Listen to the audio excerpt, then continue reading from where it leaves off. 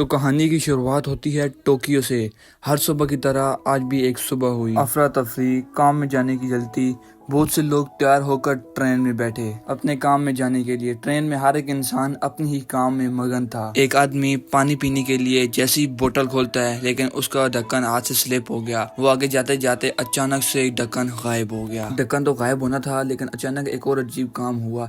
सब लोगों को मोबाइल पे नेटवर्क चला गया और अर्थक्वेक अलर्ट का ऑप्शन आ गया। सभी लोग घबरा गए थे। ट्रेन अपनी पूरी स्पीड से चल रही थी। ट्रेन जैसे ही टनल के अंदर पहुंची तो एक जोरदार झटका महसूस होता है और फिर हमें दिखाया जाता है कि ट्रेन वाल्महोर के अंदर चली गई। ट्रेन में बैठे सभी लोग बेहोश हो चुके थे। जब उन्हें होश आया तो उन लोगों ने देखा कि हमारी ट्रेन तो किसी जंगल में पहुंच गई है। हमें पता चला कि पूरी ट्रेन नहीं, ये सिर्फ ट्रेन का एक ही कंपार्टमेंट था जो अब इस अजीब जंगल में पहुंच चुका है। ये जगह इन्हें जानी पहचानी लग रही थी। ये एक टोक्यो था जो अब पूरी तरह से जंगल में बदल गया है। ये देखकर सभी लोग शॉक रह गए थे। उनको समझ नहीं आ रहा था कि हमारे साथ ये क्या हुआ। ट्रेन में मौजूद एक सैम नाम का आदमी जो कि एक फायर फाइटर होता है, वो सभी पैनिक हुए हुए लोगों को रिलैक्स करने की कोशिश करता है। उसके इस काम में मदद करती है एक ट्रेन में बैठी हुई लड़की। वो काफी अच्छी फायर फाइटर बन रही थी। सैम ने इसको पर्सनल क्लासेस भी दी थी और ये सैम को पसंद भी करती है। खैर, सीन कट होता है और हमें 2023 में वही टोक्यो शहर दिखाया जाता है। वो दिन जब वो सब लोग ट्रेन में बैठे हुए थे। ट्रेन के मैनेजमेंट वाले काफी परेशान थे कि चलती ट्रेन में 2 कंपार्टमेंट पता नहीं कहां पर गायब हो गए। यहाँ पर रिवील होता है कि 2 कंपार्टमेंट होते हैं, एक तो हम देख चुके हैं और दूसरे को अभी नहीं दिखाया गया। इंजीनियर्स टनल को चेक करते हैं जिस टनल से वो ट्रेन गायब हुई थी।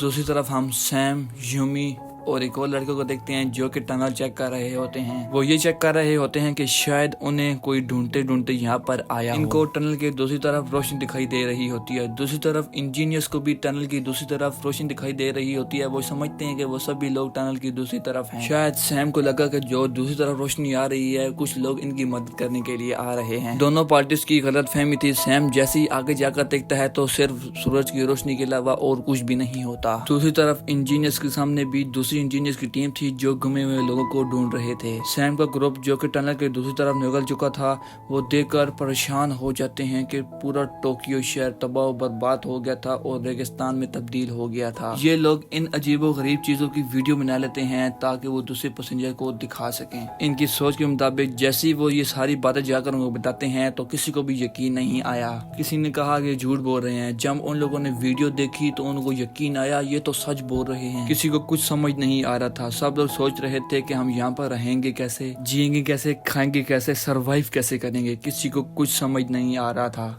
आखिर इनको बचाएगा कौन। इस जगह पे बैठे हुए इन लोगों को 7 घंटे गुजर चुके होते हैं। कोई मदद को नहीं आया। फोन में कोई सिग्नल वगैरह नहीं है। जिन जिन के पास थोड़ा थोड़ा खाना था वो सभी एक दूसरे से शेयर करते हैं और अपना पेट भर लेते हैं। उसी ट्रेन में एक पहली नाम की सेल्फिश लड़की होती है। उसको बहुत ज्यादा भूख लगी हुई होती है। वो एक आदमी का बैग चेक कर रही होती है। उस बैग में खाने के लिए कुछ नहीं मिला। उसको एक गवर्नमेंट का लेटर मिल जाता है जिसमें लिखा होता है कि ये आदमी साफ साफ एक क्रिमिनल है। पहली का उल्टा दिमाग उल्टा ही चला। उसने समझ लिया कि ये सारा काम इस लड़के का है। उसने हमें यहाँ पर फंसा दिया ताकि वो गवर्नमेंट को ब्लैकमेल कर सके और अपनी सजा खत्म कर सके। तो लड़की सबको बता देती है। शिमा सबको समझाता है कि वो लेटर मेरा नहीं है, लेकिन कोई भी उसकी बात नहीं सुनता। जब कोई उसकी बात नहीं सुनता तो बोलता है ठीक है अब मैं जा रहा हूँ यहाँ से। सब लोग खुशी से यहाँ पर रहे। उसके इस कंपार्टमेंट से बाहर जाते ही एक व्लॉगर लड़का सैम और यूमी को बताता है कि ये लड़की बिल्कुल गलत बोल रही है। वो लड़की खुद दूसरे के बैग से चोरी कर रही थी। मुझे नहीं लगता कि कायाशिमा एक क्रिमिनल है। सैम को बुरा लगा। सैम कायाशिमा को ढूंढने जा रहा था। कायाशिमा जैसे ही आगे बढ़ता है तो उसका पैर स्लिप होकर एक खाई में गिरने वाला था। ऊपर से सैम ने उसको पकड़ लिया। वो सैम को बताता है कि मैं कोई क्रिमिनल नहीं हूँ, मैं एक मशहूर हेयर ड्रेसर हूँ। सैम इससे और भी कुछ पूछता, वो इसे चुप करा देता है। यानी इसने उस लेटर के बारे में कुछ भी नहीं बताया इन दोनों को। कट करके दिखाया जाता है कि रात हो गई है। सब लोग सो गए थे लेकिन कुछ लोग जाग रहे थे।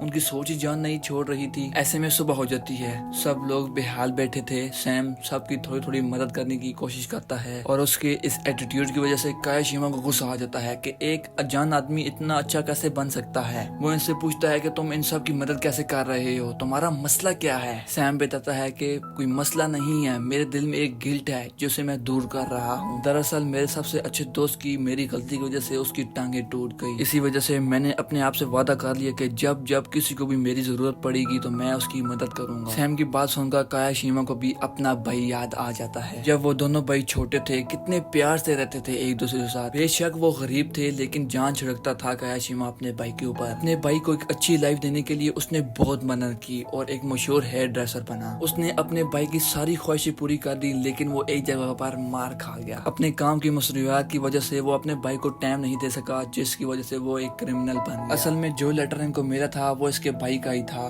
कुछ दिन बाद उसके भाई को बेल होने वाली थी जेल से। वो इस वजह से ट्रेन से जा रहा था अपने भाई को लेने। अब सारे पैसेंजर्स ट्रेन से निकल चुके हैं। उनको पता था कि हमें पेट पूजा करने के लिए कुछ न कुछ तो करना पड़ेगा। खाने पीने चक्कर में वो काफी आगे निकल गए। उनको आगे दिखाई दिया एक टावर। इन सब की फटकर आंखें बाहर आ जाती हैं क्योंकि ये टावर 2026 में तैयार होने वाला था और जो टाइम से ये आए थे वो 2023 का था। सब लोगों ने इस टावर के बारे में कुछ न कुछ सुन रखा था। ये सब देखकर ये लोग अभी भी नहीं समझ पाए कि वो टाइम ट्रेवल कर चुके हैं, कि वो फ्यूचर में आ चुके हैं। फ्यूचर में इतना आगे आ चुके हैं कि इनको मालूम ही नहीं। ट्रेन में एक बायोलॉजिस्ट भी था जिसको जंगल में एक पौधा मिला जो कि तकरीबन 30 साल के बाद उगने वाला था। इन लोगों ने अंदाजा लगाया कि ये तकरीबन 40 साल टाइम ट्रेवल करके आगे आ चुके हैं। ये सभी लोग बहुत परेशान हो जाते हैं कि आने वाला वक्त दुनिया में ऐसा होगा। इन लोगों ने ये सब सोचा भी नहीं था। सीन कट होकर 2023 को दिखाया जाता है जहाँ पर इंजीनियर्स उस कंपार्टमेंट को ढूंढ रहे थे। उन साइंटिस्ट को अब तक ये कंपार्टमेंट नहीं मिला। मजबूरी की हालत में अब उन लोगों ने ऑफिशियली इस न्यूज को रिलीज कर दिया कि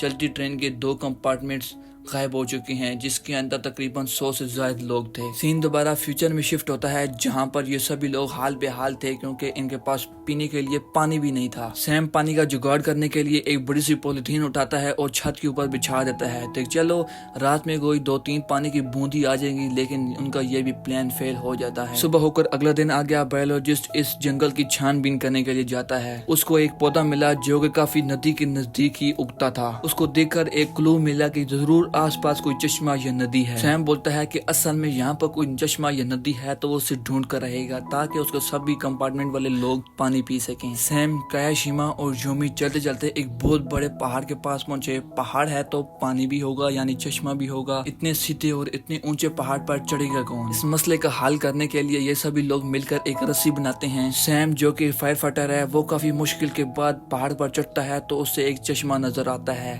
फाइनली इनको पानी भी मिल गया था। खुशी से ये झूम पड़े। सैम इस पहाड़ की मदद से दूर दूर तक देखने लगता है। जहाँ टोक्यो की बड़ी बड़ी मशहूर बिल्डिंग्स थी वो जगह अब सिर्फ एक समंदर बन गई थी। उन लोगों ने ये बात आकर सभी लोगों को बताई और सभी लोग बहुत ज्यादा परेशान हो। वो सोचते हैं कि आखिर फ्यूचर में ऐसा क्या होने वाला था कि ये दुनिया इतनी बर्बाद हो जाएगी। ऐसे करते करते एक और दिन भी गुजर गया। रात का वक्त था। एक आदमी को बहुत जोरदार सुसु लगी थी।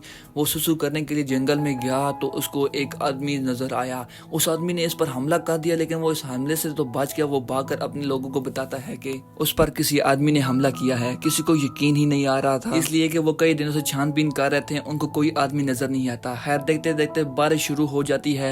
ये लोग खुशी से झूम पड़ते हैं क्योंकि पीने के लिए पानी, नहाने के लिए पानी, काफी कुछ अच्छा हो गया था इनके लिए। बायोलॉजिस्ट बेचारा अपने ही काम में मगन था। वो ऐसी जड़ी बूटियां ढूंढ रहा था जिसको खाकर इंसान जिंदा रह सके। उसके इस काम में बाकी लोगों ने भी इसकी मदद करने का फैसला किया। हम देखते हैं कि रीना, यूमी खाने के लिए कुछ ढूंढ रहे थे तो यूमी कुछ ऐसी बेरीज खा लेती है जो कि काफी जहरीली थी। ये बेरीज काफी जहरीली थी, जो भी खाएगा वो मर जाएगा। फिर होता भी वैसा ही है। यूमी की तबीयत खराब हो जाती है और सैम काफी परेशान हो जाता है। यहाँ पर रिवील होता है कि सैम भी उसे प्यार करता है। खैर वो सभी लोग इसको लेकर कंपार्टमेंट में आ जाते हैं और यहाँ पर उसका ऐसा ख्याल रखते हैं जैसे कि ये सभी लोग इसके फैमिली मेंबर हों। सभी लोग एक दूसरे के साथ फैमिली की तरह बन गए थे। यूमी की ये हालत देखकर सभी लोग समझ जाते हैं कि अगर हमने मेहनत न की, एफर्ट्स न की तो वो दिन दूर नहीं जब वो भूख की मदद से मर जाएंगे। इन्हें जिंदा रहना है तो कुछ न कुछ तो करना पड़ेगा। दोस्तों वीडियो पसंद आ रही हो तो प्लीज लाइक और सब्सक्राइब जरूर करें। ये लोग अगले दिन से ही काम करना शुरू कर देते हैं। कुछ लोगों ने खाना ढूंढा था और कुछ लोगों ने बर्तन बनाए थे। इन लोगों ने आज बहुत सारी मेहनत की थी, काम किया था। खाने पीने का तो इंतजाम हो गया था लेकिन ये सब अभी भी बहुत ज्यादा परेशान थे। उन लोगों को रियलाइज होता है कि खाना ढूंढने के दौरान उन लोगों ने कुछ जहरीली बेरीज भी जमा कर ली थी। कायाशिमा को शक होता है कि उन लोगों ने ये जहरीली बेरीज जमा नहीं की।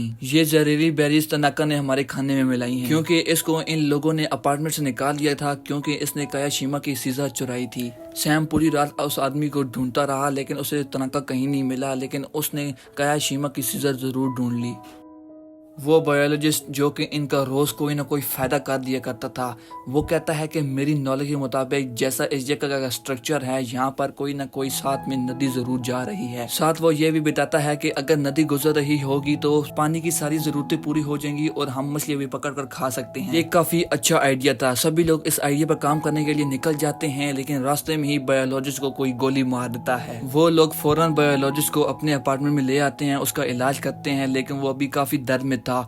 उन लोगों को मालूम हो जाता है कि तनाका झूठ नहीं बोल रहा था, इस शहर में हमारे अलावा कोई और आदमी भी हैं। उन पर हमला होने के बाद फौरन तनाका भी वहां पर आ जाता है। वो इनसे बोलता है कि अगर तुम लोग मुझे यहाँ पर रहने की इजाजत दो तो मैं तुम्हारे काम बहुत आ सकता हूँ। वो एक सिक्योरिटी कंपनी में काम करता था और उसे ट्रैप्स बनाना बहुत अच्छी तरीके से आता है। ये यहाँ पर ट्रैप्स बनाएगा ताकि सभी लोग यहाँ पर सिक्योर रह सकें। ये बात सभी लोग मान लेते हैं। सभी लोग अपने रूटीन के मुताबिक काम कर रहे थे, ऐसे कि उन लोगों ने इस जिंदगी को मान लिया है। शिमा जो कि यहाँ पर रीना के बाल काटता है, जो कि उसको बहुत ही पसंद आए। सभी लोग जंगल में गए, खाना ढूंढा, खाना खाया और एक नॉर्मल दिन गुजारा। अगला दिन आ जाता है। सैम और यूमी को अपने कंपार्टमेंट के पास एक बच्चा दिखाई दिया। बच्चा जंगल की तरफ भागने शुरू हो जाता है। ये लोग उसका पीछा करते हैं। बच्चा भागते भागते उनका एक ही फायदा करता है कि उन लोगों को नदी के पास पहुंचा देता है। नदी को पार करके ये बच्चा उनसे कहता है कि मेरा यहाँ पर इंतजार करना, और फिर वो बच्चा यहाँ से भाग जाता है। इन दोनों को ढूंढते हुए काया शिमा भी यहाँ पर आ गया। रात हो गई लेकिन वो बच्चा वापस नहीं आया। जब उन लोगों ने आगे जाकर देखा तो फाइनली उन लोगों को दूसरा कंपार्टमेंट भी मिल गया। इन दोनों कंपार्टमेंट्स के बारे में हम पहले ही जानते हैं, एक सैम का और एक ये वाला। दूसरे कंपार्टमेंट्स के लोग इनसे कई ज्यादा आगे थे। उन लोगों ने रहन सहन और खाने पीने का काफी ज्यादा इंतजाम कर लिया था। यहाँ पर हम एक आदमी से मिलते हैं जिसका नाम था यूमोटो, जो कि इन सब का लीडर है। यूमोटो बताता है कि उनके आदमी ने ही तुम्हारे बायोलॉजिस्ट पर हमला किया है और उसने फिर उनसे माफी भी मांग ली। ये सभी लोग एक दूसरे के साथ अपनी इंफॉर्मेशन शेयर करते हैं, जैसे कि सैम उनको बताता है कि हमने कुछ खाने पीने की चीजें ढूंढी और एक नदी भी। और यूमोटो उनको बताता है कि जब वो यहाँ पर आए तो उनको एक बोर्ड मिली जिसके अंदर एक डायरी और एक रेडियो था। रेडियो की फ्रिक्वेंसी मैच करते करते उनको एक दिन कनाडा से कुछ सिग्नल रिसीव हुए। उनको पता चला कि वो आगे तकरीबन 60 साल टाइम ट्रेवल कर गए हैं। साथ में ये भी बताता है कि ये दुनिया तो 2026 में ही तबाह हो गई थी, क्योंकि बहुत सारे लोगों ने 2023 और 24 में बहुत सारी सैटेलाइट्स अपनी अपनी स्पेस में भेज दी थी ताकि वो स्पेस के बारे में और ज्यादा इंफॉर्मेशन ले सकें।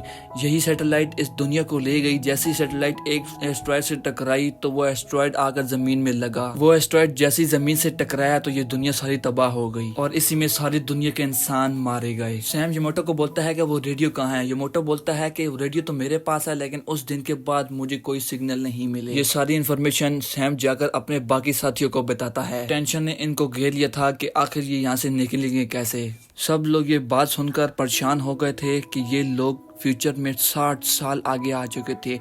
लोगों के अंदर एक और सोच भी आई कि शायद गॉड ने उनको एक और मौका दिया है ताकि इस दुनिया को वो बचा सकें। और ये सोच इनको मोटिवेशन देती है कि ये लोग पहले से ज्यादा मेहनत करें, कोई रास्ता निकाले जिससे वो पास में जाकर इस तबाही को रोक पाएं। यहाँ पर बैठे हुए हर एक इंसान अपना अपना दिमाग चलाता है, लेकिन किसी को भी कोई उपाय नहीं मिला। इन सभी लोगों को भूख बहुत शदीद लगी थी। ये ढूंढी हुई नदी के पास जाते हैं, वहाँ पर नहाते हैं, पानी पीते हैं और बहुत सारी मछलियाँ पकड़ते हैं खाने के लिए। ये लोग एक बाथरूम भी बना लेते हैं, बाथ टब भी बना लेते हैं और खाना जमा करते हुए बायोलॉजिस्ट को एक चमकता हुआ पत्थर मिलता है, जिसको वो देखकर बोलता है कि ये पत्थर अपने अंदर में एनर्जी रखता है। सभी लोग बहुत खुश हुए इस पत्थर को देखकर। आगे बायोलॉजिस्ट बोलता है कि इस पत्थर की मदद से हम अपने टाइम लाइन में वापस जा सकते हैं। तनाका ये सारी बातें सुनकर जाके यूमोटो को बताता है, यानी वो एक गद्दार है, यहाँ की बात वहाँ पर लेकर जाता है। यूमोटो इसके काम के बदले में इसको खाने पीने का सामान दे देता था। यहाँ पर सैम के ग्रुप में यूमी और रीना, जो कि हम एज थे, वो काफी अच्छे दोस्त बन चुके थे। अचानक पता नहीं क्या होता है कि ये दोनों आपस में लड़ने लग पड़ते हैं। रीना को इतना गुस्सा आया कि वो यूमी को धक्का देकर गड्ढे में गिरा देती है। यूमी की लगी हुई चोट एक तरफ, यहाँ पर वो ये देखकर डर गए थे कि यहाँ पर पहले से कोई लाश पड़ी हुई थी। ये लोग अपनी सेफ्टी के लिए अपनी कंपार्टमेंट की तरफ भागते हैं। रास्ते में दूसरे कंपार्टमेंट वाले लोग इनको रोक लेते हैं। रीना किसी तरह यूमी को वहां पर छोड़कर अपने कंपार्टमेंट में भागकर वापस आ जाती है। रीना ने सारी बातें आकर सैम को बताएं तो सैम फटाफट से भागकर यूमी को बचाने निकल पड़ता है। सैम के पीछे पीछे कायाशिमा भी वहाँ पर आ चुका था। जब ये लोग वहाँ पर पहुंचे तो ना तो दूसरे अपार्टमेंट के लोग थे और ना ही यूमी वहाँ पर थे। यूमी अपने बचाव के लिए भागते भागते एक शिप में जाकर छुप गई थी। अब सैम ये तो अंदाजा नहीं लगा पाया कि यूमी अपने बचाव के लिए कहीं न कहीं छुप गई होगी। और हाँ, उसकी सोच में ये जरूर आता है कि या उन लोगों ने इसको किडनैप कर लिया है या फिर उन लोगों ने इसे नुकसान पहुंचा दिया है। वो लोग बिना सोचे समझे इन पर हमला करने आ जाते हैं। ये इससे पहले हमला करते यहाँ पर योमोटो आ जाता है और वो उनसे सारा माजरा पूछता है। सैम उसे बताता है कि तुम्हारे ग्रुप के लड़कों ने हमारे ग्रुप की लड़कियों को छेड़ा है। योमोटो इनसे माफी मांगता है और बोलता है कि तुम्हारे ग्रुप की लड़की जहाँ पर भी होगी हम उसे ढूंढ कर तुम्हारे हवाले कर देंगे। सैम को योमोटो के ऊपर बिल्कुल यकीन नहीं होता। वो कहता है कि जो लाश रीना और यूमी ने देखी है जंगल में वो तुम्हारे ही किसी ग्रुप के एक मेंबर की है जिसे योमोटो के ग्रुप ने मार डाला। योमोटो बोलता है कि नहीं, वो तुम्हारे ग्रुप का बंदा नहीं है, वो हमारे ही ग्रुप का एक मेंबर है। जब इस हालत में हम यहाँ पर आए तो एक बंदा था जो बहुत ज्यादा पैनिक हो गया था। वो इतना ज्यादा पैनिक हो गया था कि उसने सब पर हमला किया और उसने मुझ पर भी हमला किया, लेकिन उसको गलती से मेरा चाकू उसके पेट में लग गया और उसकी डेथ हो गई। यहाँ पर इस आदमी को मारने पर सभी लोग मुझे बहादुर और यहाँ का लीडर मानने लग पड़े। कायाशिमा और सैम अपने कंपार्टमेंट में पहुंच गए थे अब, क्योंकि वो हमला करने की सोच से वहाँ पर गए थे, क्योंकि वो सोचते हैं कि अगर दूसरे लोग भी हमारे पर हमला करने आ गए तो हम क्या करेंगे। इसलिए वो सेल्फ डिफेंस के लिए हथियार बनाना शुरू कर देते हैं। कट करके दिखाया जाता है कि योमोटो उस शिप के अंदर जाता है और रेडियो से किसी के साथ बात करने लग पड़ता है। यूमी भी वहाँ पर कहीं छुपी हुई थी। यूमी उसका झूठ पकड़ लेती है। वो उससे पूछती है कि तुम झूठ क्यों बोल रहे हो कि वो किसी से रेडियो पर बात कर रहा है, क्योंकि वो रेडियो ना तो चलता है क्योंकि उसकी केबल नीचे से टूटी हुई थी। यूमी से बोलती है कि ये तुम झूठा ड्रामा क्यों कर रहे हो, ड्रामा क्यों कर रहे हो आखिर। इसके जवाब में योमोटो बोलता है कि मैं यहाँ का लीडर हूँ, असल में मैं यहाँ का हमेशा लीडर बनना चाहता हूँ, इसीलिए ड्रामे करता हूँ। मुझे नहीं जाना पास्ट में क्योंकि मेरी कदर वहाँ पर कोई नहीं करता। यहाँ सब लोग मुझे लीडर समझते हैं, मैं लीडर में ही खुश हूँ। यूमी बोलती है कि तुम कहो ना कहो मैं सबको बाहर जाकर जरूर बताऊंगी। यूमी को सच बोलने की वजह से इसकी पोल खुल जाएगी, इसलिए उसने यूमी को यहाँ पर बांध कर कैद कर देता है। कट करके अब सैम के लोगों को दिखाया जाता है जिन लोगों ने बहुत सारे वेपन्स बना लिए थे, जिसकी मदद से अब वो एक छोटी सी लड़ाई यानी जंग लड़ेंगे। सैम के लोग बोलते हैं कि ना कि उन लोगों ने यूमी को हमको वापस किया, ना ही उन लोगों ने कुछ बताया, इसलिए हम अगले सुबह उन पर हमला कर देंगे। रीना बोलती है कि मैं ग्रुप के फैसले के साथ हूँ, हमला करना बिल्कुल ठीक है, लेकिन जरा अकल से काम लो, वो लोग हमारे से काफी ज्यादा आगे हैं। हमारे पास जो छोटा सा रहने का घर है वो भी हमारे से चला जाएगा क्योंकि वो लोग ज्यादा स्ट्रॉन्ग हैं। जंग करने से पहले हमें अपने रहने का दूसरा ठिकाना ढूंढ लेना चाहिए के बारे में दूसरे ग्रुप वालों को कुछ भी ना पता हो। सभी लोगों को इसकी बात अच्छी लगती है, इसलिए अगली सुबह बायोलॉजिस्ट को लेकर एक लड़की सेफ ठिकाना ढूंढने के लिए निकल पड़ती है। अभी इन लोगों का जंगल में जाने का कोई मूड नहीं था, लेकिन अगले दिन ही दूसरे ग्रुप वाले लोगों ने इन पर हमला कर दिया था। तैयारी तो इनकी भी पूरी थी, ये लोग अपने सेल्फ डिफेंस में लड़ने शुरू हो जाते हैं। लड़ाई बढ़ते बढ़ते बहुत ज्यादा बढ़ जाती है। योमोटो लड़ाई देखकर बहुत ज्यादा पागल हो चुका था। ये लोग अगर एक दूसरे को मार डालते तो इसको लीडर कौन मानता, इसलिए लड़ाई रुकाने के लिए जोर जोर से आवाजें देने लगता है। लेकिन जुनून में आए लोग कहाँ रुकने वाले थे। कभी सैम की टीम उन पर भारी पड़ने वाली थी, कभी उनकी टीम सैम पर भारी पड़ने वाली थी। लड़ाई बढ़ते बढ़ते लोग एक दूसरे को जान से मारने ही वाले थे कि अचानक यूमी ने वहां पर एंट्री मारी, क्योंकि यूमी ने अपने आप को शिप से छुड़ा लिया था। वो यहाँ पर आकर योमोटो की सच्चाई बता देती है कि जो कुछ भी उसने हम सबको बताया वो एक फर्जी कहानी थी, वो सब झूठ था। ना वो रेडियो काम कर रहा था, ना इसको कोई सिग्नल मिले। और योमोटो अपने डिफेंस में ये बोलता है कि मैंने ये सब इसलिए किया कि सब लोगों को दोबारा अपने टाइम लाइन में वापस जाने की ख्वाहिश जिंदा रहे। इस वक्त पर कोई हिम्मत छोड़ देता, कोई हार मान जाता तो वो अपने आप को सुसाइड भी कर सकता था। सैम को इसकी बात पसंद आई, लेकिन योमोटो ने फैसला कर लिया था कि वो लीडर नहीं रहेगा। वो यहाँ पर एक डायरी छोड़कर चला जाता है जिसमें वो सारी बातें लिखी हुई थी जो कि योमोटो ने इन लोगों को बताई थी। जैसा कि योमोटो ने इन दोनों को बताया था कि कैसे हम 2060 में आ गए हैं टाइम ट्रेवल करके, कैसे उसको सिग्नल मिले, किस वजह से ये दुनिया 2026 में खत्म हो गई। ये सारी बातें इस डायरी में लिखी थी। योमोटो को ये डायरी और शिप में मिली थी। बायोलॉजिस्ट और वो लड़की अपना दूसरा ठिकाना ढूंढने के लिए गए थे। वो ऐसी जगह पर पहुंच गए थे जहां पर बहुत सारे ग्रीन चमकीले पत्थर मिलते हैं। सीन कट होकर 2023 में दिखाया जाता है, जहां पर एक साइंटिस्ट जो कि ट्रेन के डब्बों के गायब होने की मिस्ट्री ढूंढ रहा था। वो इस टाइम पर भी टनल पर स्टडी कर रहा था। टनल की फुटेज को गौर से देखकर उसको समझ आ गया कि जब वो ट्रेन स्पीड में गई तो वहां पर पहले से ही एक वार्म होल बन चुका था, जो कि एक सुपरनोवा नामी एक्सप्लोजर की वजह से हुआ था। ये एक्सप्लोर तब होता है जब एक प्लेनेट बहुत ज्यादा बूढ़ा हो जाए।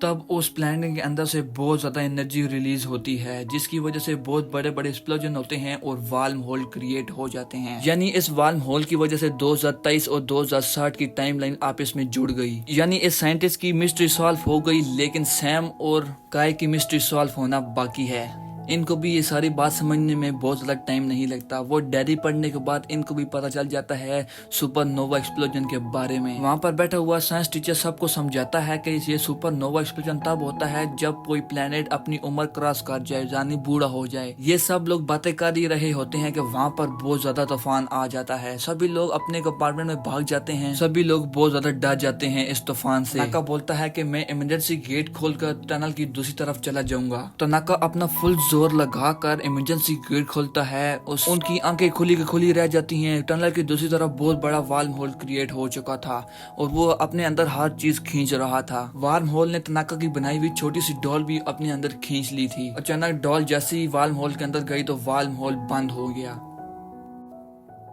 अब सीन कट करके 2023 में दिखाया जाता है कि ट्रेन मैनेजमेंट वालों के पास एक डिटेक्टिव भी है। ये सभी लोग उस केस के बारे में बात कर रहे थे कि अचानक उस टनल में तनाका की डॉल आकर गिरती है, जो कि वार्म होल की मदद से वहां पर आई थी। इन लोगों को भी समझ आ गया था कि वापस जाना कैसे है। इन लोगों को वापस जाने के लिए बहुत बड़ा वार्म होल क्रिएट करना था, जिसकी वजह से इनको बहुत सारे वो ग्रीन पत्थर और बहुत बड़ा एनर्जी सोर्स चाहिए था। ये काम पावर स्टेशन से भी हो सकता था, लेकिन पावर स्टेशन को ढूंढना बहुत मुश्किल था। अगले दिन वो पावर स्टेशन को ढूंढ लेते हैं। ये पावर स्टेशन ऐसे बंद हुआ था जैसे इसको कभी ओपन ही न किया गया हो। पावर स्टेशन को निकालने के बाद उन ग्रीन पत्थर की वजह से इनकी मेहनत रंग लाई और एक बहुत बड़ा तूफान वहां पर आ गया, और जिसकी वजह से बहुत बड़ा वार्म होल क्रिएट हो गया। जिसने अपने टाइम लाइन में वापस जाना था, वो सभी लोग उस कंपार्टमेंट में आना शुरू हो जाते हैं। ये लोग तनाका को भी बोलते हैं कि अंदर आ जाओ, लेकिन तनाका अंदर नहीं आना चाहता था। तनाका उनसे बोलता है, नहीं, मैं यहाँ पर बहुत खुश हूँ। इन सबको एक दफा बाय करके वो ट्रेन का दरवाजा बंद कर देता है। ट्रेन में फिर एक बहुत बड़ा दोबारा झटका महसूस होता है और ये पहुंच जाती है दोबारा अपने टाइम। ये लोग पहले की तरह बेहोश हो गए थे। जब इनको होश आया तो इनकी कंपार्टमेंट को कोई जोर जोर से खटखटा रहा था। बाहर आकर इनको पता चला कि ये 2023 की बजाय 2026 में आ गए, और ये वही साल है जिस साल ये दुनिया तबाह होने वाली थी। दुनिया को बचाने के लिए इनके पास टाइम बहुत कम रह गया था। हर एक इंसान इन लोगों को यहाँ पर समझाने लगता है कि ये दुनिया खत्म होने वाली है, इस दुनिया को बचाना चाहिए। ये लोग अपने साथ फ्यूचर से लाया वो सामान भी इनको दिखाते हैं, वो पौधा, वो डायरी, वो वीडियोस, इन सब को दिखाते हैं, लेकिन इन पर कोई यकीन नहीं करता। लेकिन लोग इनकी बातों पर इसलिए यकीन नहीं करते थे कि उनको लगता था कि बहुत बड़े हादसे की वजह से इनकी दिमागी हालत खराब हो चुकी है। ये कहते हैं कि ये वही ट्रेन है जो कि 2023 में गायब हुई थी और 2026 में आ गई है। ये लोग कंफर्म करने के लिए इन सब लोगों का मेडिकल टेस्ट करते हैं कि ये वही लोग हैं कि जो 2023 में गायब हुए और 2026 में आ गए। जहाँ पर कोई इनकी बातों का यकीन नहीं कर रहा था, वहाँ पर वो डे यानी वो साइंटिस्ट जिसको नोवा एक्सप्लोजन के बारे में पता चल गया था, वो इनसे मिलने के लिए आता है। उसी ट्रेन में बैठी हुई वो लेडी जो कि बहुत बड़ी पोस्ट पे थी, वो अपने पैसे और पोस्ट की मदद से डिफेंस मिनिस्टर से मिलती है और उनको अपने साथ सारे वाकयात को बताती है। अपने वो उस हर एक इंफॉर्मेशन के बारे में बताती है जो 2060 में रहकर उन्हें मिले। डिफेंस मिनिस्टर ने उसकी बात बहुत गौर से सुनी। डिफेंस मिनिस्टर बोलता है, वाकई ही एक एस्ट्रॉइड हमारी धरती से टकराने वाला है और उससे दुनिया को बचाने के लिए हम ऐसा मिसाइल तैयार कर रहे हैं जिसकी मदद से उस एस्ट्रॉइड को स्पेस में ही तबाह किया जा सकता है। वो दुनिया से नहीं टकराएगा और दुनिया सेफ रहेगी। ये सारी बात सुनकर उस औरत की सांस में सांस आया था। ये सारी बात उसने अपने सारे टीम मेंबर्स को बता दी थी। ये लोग उसकी बात सुनकर रिलैक्स तो हुए, लेकिन पूरी तरह नहीं। वो टाइम वो देख रहे थे, उसके बाद किसी चीज पर यकीन करना मुश्किल था। आखिरकार वो भी दिन आ जाता है जब एस्ट्रॉइड इस दुनिया से टकराने वाला था। इन सब की सांसें थमी हुई थी। ये एक दूसरे से ऐसे मिलते हैं कि ये आइंदा एक दूसरे से मिलेंगे ही नहीं। उनको यकीन नहीं था कि ये दुनिया बचेगी भी या नहीं, वो मिसाइल कामयाब होगा या नहीं। इन सब की सांसें तब तक अटकी रहीं जब तक इनको गुड न्यूज नहीं मिल गई कि वो मिसाइल एस्ट्रॉइड को तबाह करने में कामयाब हो गया है और ये दुनिया बच जाती है। इस दुनिया को असल हालत में दिखाते हुए ये सीजन यहाँ पर एंड होता है।